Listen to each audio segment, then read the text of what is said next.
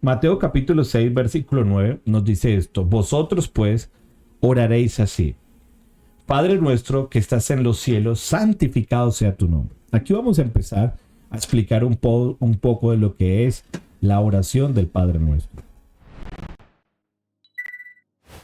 Y la primera frase que nosotros encontramos aquí en la oración del Padre nuestro es precisamente esta: Padre nuestro. Y nos menciona que estás en los cielos. Pero cuando nosotros hablamos acerca de la oración del Padre nuestro, nos parece obviamente muy interesante cómo arranca estas palabras. Decía Martín Lutero, él dijo una vez que si tan solo pudiera comprender las primeras dos palabras del Padre nuestro, nunca volvería a ser él mismo, si comprendería en lo que significan esas palabras del Padre nuestro. Así que estas son dos palabras completamente radicales, importantísimas, esenciales, sobre todo en nuestra comprensión y en nuestra relación con nuestro Padre Celestial. La palabra Padre, si ustedes lo notan, digámoslo, no era una palabra muy común que se utilizaba para aquella época, ni siquiera en el Antiguo Testamento, por lo menos en cuanto a referencia a Dios. Nadie, digámoslo, podría pretender acercarse a Dios diciéndole Padre de esta manera. Pero cuando llegamos nosotros al Nuevo Testamento, nos encontramos que entonces Jesús nos presenta a Dios como Padre. Y lo vemos de esta manera. Jesús nos llevó a esa relación íntima con nuestro Padre. Y cuando nos empieza Jesús a hablar acerca de este sentido, para nosotros en la actualidad tal vez nos parece algo que no sea de mucha importancia, pero para la época mencionar a Dios como Padre, sin lugar a dudas, era incluso casi que escandaloso para ellos. Y por eso nosotros vemos que Jesús fue el primero que nos enseñó a nosotros que en la oración podríamos llegar a tener un discurso con Dios, podríamos llegar a tener una conversación con Dios. Y entonces Jesús utiliza la palabra Padre, que se utiliza en ese momento en arameo, que significa Abba, y Abba es incluso mucho más allá que Padre. Abba es papá o es papi en un sentido mucho más íntimo. Entonces usted puede notar que si bien es cierto, nunca o no estaban utilizando, no se referían, los judíos de aquella época no se referían a Dios como Padre. Ahora Jesús se los presenta como Padre, pero además de eso les dice, Él es vuestro Abba, o sea, Él es vuestro papá.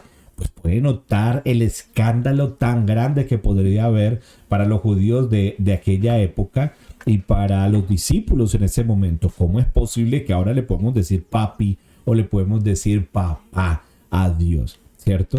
Ahora, es curioso y es incluso un poco irónico que hoy vivamos nosotros en un mundo que asume plenamente que Dios es el Padre de todos y que todos los hombres somos hermanos, todos en un sentido general. Nosotros decimos, no, bueno, de alguna manera Dios es el Padre de todos. Y siempre hemos sido claros nosotros en mencionar esto. La palabra nos indica a nosotros que hay una distinción. Una cosa es que hemos sido creados por Dios y otra cosa muy diferente es que seamos hijos de Dios. Y en eso hay que tener plena claridad. Claro, la Biblia sí nos demanda, si usted nota que en la Biblia nunca nos dice a nosotros que todos somos, digámoslo, hermanos completamente en un sentido universal. La palabra sí con todo nos dice que somos prójimos y que a nuestro prójimo debemos amar, o sea, tanto a los creyentes como a los no creyentes, ¿cierto? Pero la Biblia a nosotros nos indica y nos expresa que hay una gran diferencia entre ser creación de Dios y otra cosa en ser hijos de Dios. El hombre estaba destituido de la presencia de Dios por causa del pecado. El hombre estaba completamente apartado de la gloria de Dios. Entonces, en cierto sentido, nosotros podemos ver que la palabra Padre solamente es dada en aquellos que son, digámoslo, llamados o aquellos que son parte de esa relación cercana con Dios, que no lo es todo el mundo. Así que la única excepción que ha sido adoptada para la familia de Dios, habiendo expresado esa fe salvadora, es que podemos decir nosotros a Dios Padre, porque hemos rendido nuestra vida a Él y porque hemos entregado nuestra vida a Él. Por eso dice la Biblia en Juan capítulo 1 versículo 12, les dio el derecho, el privilegio a ser hijos de Dios. Ser hijo de Dios es un privilegio, y cuando es un privilegio significa que no todo el mundo lo tiene, sino aquellos que han entregado su vida delante de Dios. Así que la palabra nos muestra que Dios decide llamarnos a nosotros hijos mediante la adopción en Cristo Jesús. Cuando la persona viene en total arrepentimiento y fe y entrega su vida y reconoce a Cristo como su Salvador, la Biblia dice que se nos da el regalo de la justificación y se nos da el regalo de la adopción, que ahora somos nosotros llamados hijos de Dios y por ende podemos nosotros llamarle Padre a Dios. Podemos llamarle, ¿se imagina el privilegio que ahora usted tiene de decir que Él es su Padre, que Él es su papá? Y no solamente eso, el privilegio de que si Él es su papá, ahora tiene una relación con su Padre. Ahora usted puede conversar con su Padre, ahora usted puede relacionarse con su Padre. Así que nosotros podemos ver aquí en la introducción al Padre Nuestro que nosotros no encontramos la paternidad y esa hermandad universal. No lo menciona así la palabra de Dios. Esto se ha mencionado de manera cultural y la gente lo dice, pero es un completo error. La Biblia no lo muestra para nada. Así que Dios nos indica a nosotros, y sí nos indica a nosotros, que Él es nuestro Padre en aquellos que hemos decidido entregar nuestra vida al Señor. Así que hay una clara distinción entre los que son hijos de Dios, incluso entre los que son hijos del diablo. En este mundo existen solamente dos familias en este mundo: los que son hijos de Dios y los que son hijos del diablo. Los que no son hijos de Dios ya saben a qué familia pertenecen. Y los que no son hijos del diablo ya saben a qué familia pertenecen. Pero no podemos pretender que haya una tercera familia o pretender que haya una universalidad. Padre nuestro es algo propio. Cuando decimos nuestro, no se refiere en un sentido personal e individual, sino al cuerpo de Cristo, que Él es nuestro Padre a todos aquellos que nosotros hemos decidido rendir nuestra vida al Señor. Dice la palabra, por ejemplo, porque los hijos de Dios son todos aquellos que son guiados por el Espíritu de Dios.